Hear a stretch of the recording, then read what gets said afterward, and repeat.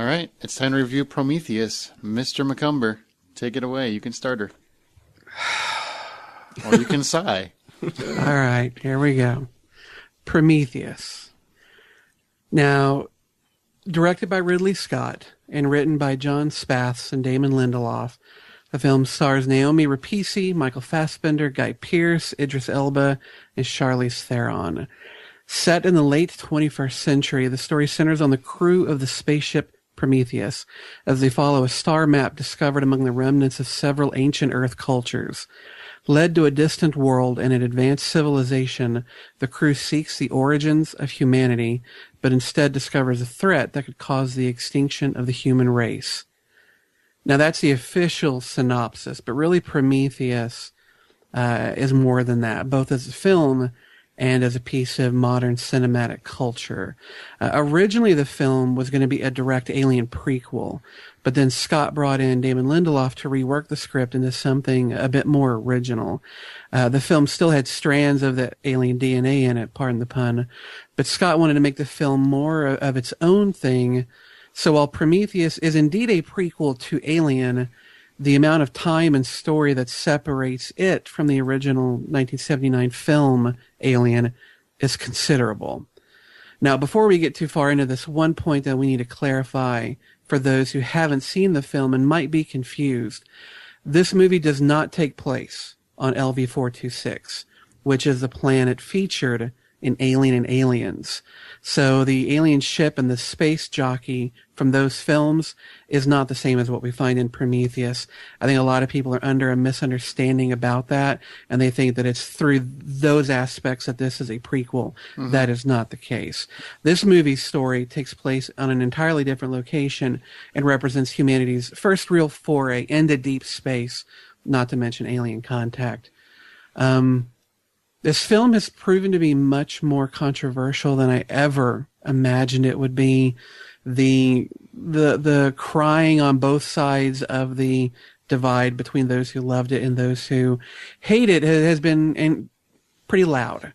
And so I can't imagine that the review we're going to give to it as a group can't vary from that. Of course, some of us are going to like it, some of us probably won't.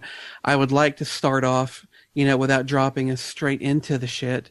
So, Scotty, why don't you start? Because I know where Aaron and I know where Brian sit on this. I'm not sure where you sit. So, okay. Why don't you go first? What do you think of Prometheus? All right. Well, as you guys know from the last couple of shows, this has been my most anticipated movie, namely because I love the original Alien so much.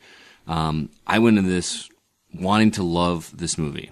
I had such high expectations, partially my fault because I wanted a proper Alien prequel. That's fair. Right? But I read not full reviews, but I read some things saying you can't go into it thinking that way. You have to kind of go into it thinking of it as its own entity, not a proper prequel. Mm-hmm. So I went into it with an open mind that way.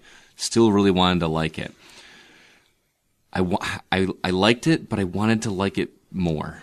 I'm not saying I did not like it. I'm not in a hate camp on this one by any means. But there were so many things in it that, and nothing, not on the prequel aspect of it, but there's just some things in it that I couldn't wrap my head around. Maybe I need a second viewing. There's just so many unanswered questions, and I know that's not necessarily a bad thing for a lot of people, but there's so many things that just don't make a whole lot of sense to me. There's not enough explanation. Some things about the character development that I just had problems with. For instance, the Michael Fassbender character, who was fantastic in the movie, by the way. And we're doing spoiler free, by the way. Absolutely. So nobody has to worry. If you listen any further, you're not going to hear anything. Yeah, we're not going to give anything away. But some of the things that this character does, I don't understand why. And there's no explanation as to what his motivations are, what he's doing, why he's doing it. And granted, we may be getting those answers in a sequel, possibly. But I just have so many unanswered questions that just seem to be thrown in there for no reason. That said, the movie is gorgeous. It's absolutely beautiful. One of the most beautiful movies I've seen in quite a long time. The acting and direction is superb. I loved Michael Fassbender, obviously.